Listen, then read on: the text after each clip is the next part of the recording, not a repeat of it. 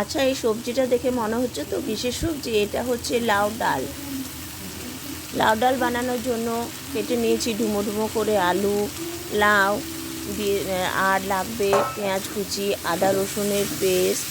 এগুলো সব আমরা একসাথে রেডি করে নিয়েছি। সঙ্গে দিয়ে দেবো কিছু টমেটো।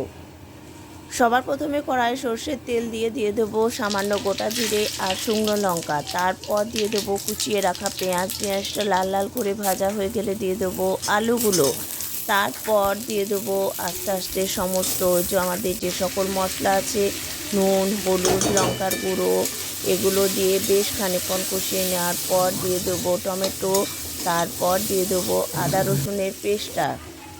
যেহেতু লাউ ডাল, মুসুর ডালটা আমি আগেই ভিজিয়ে রেখেছিলাম, তারপর ওই মশলাগুলো কষিয়ে নেওয়ার পর ভিজিয়ে রাখা ডালটা দিয়ে আস্তে আস্তে কষাতে থাকবো। বেশ খানিকক্ষণ কষিয়ে নেওয়ার পর দিয়ে দেবো কেটে রাখা লাউ।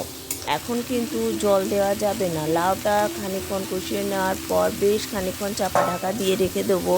তারপর যখন দেখবো লাউ থেকে জল ছেড়ে দিয়েছে আর জল নেই, জল শুকিয়ে যাচ্ছে, তখন আমরা অল্প অল্প করে জল দিয়ে আবার ঢাকা চাপা দিয়ে দেবো সমস্ত সবজি ডাল সেদ্ধ হওয়ার জন্য। তারপর যখন ডালটা খুব সুন্দরভাবে সেদ্ধ হয়ে যাবে, আলু, লাউ সমস্ত কিছু সেদ্ধ হয়ে যাবে, কিন্তু ডালটা একদম পুরোপুরি গলে যাবে না, একটু একটু গোটা টাইপের থাকবে, তখন দিয়ে দেবো সামান্য মিষ্টি। তারপর নামানোর আগে দিয়ে দেবো গরম মশলা। সুন্দরভাবে লাউটা তৈরি হয়ে যাবার পর খেতে দুর্দান্ত লাগে, আর এটা দেখতেও অসাধারণ। রুটি বা ভাত সবের সঙ্গে এটা খুব ভালো লাগে। তৈরি হয়ে গেল আমাদের লাউ ডাল।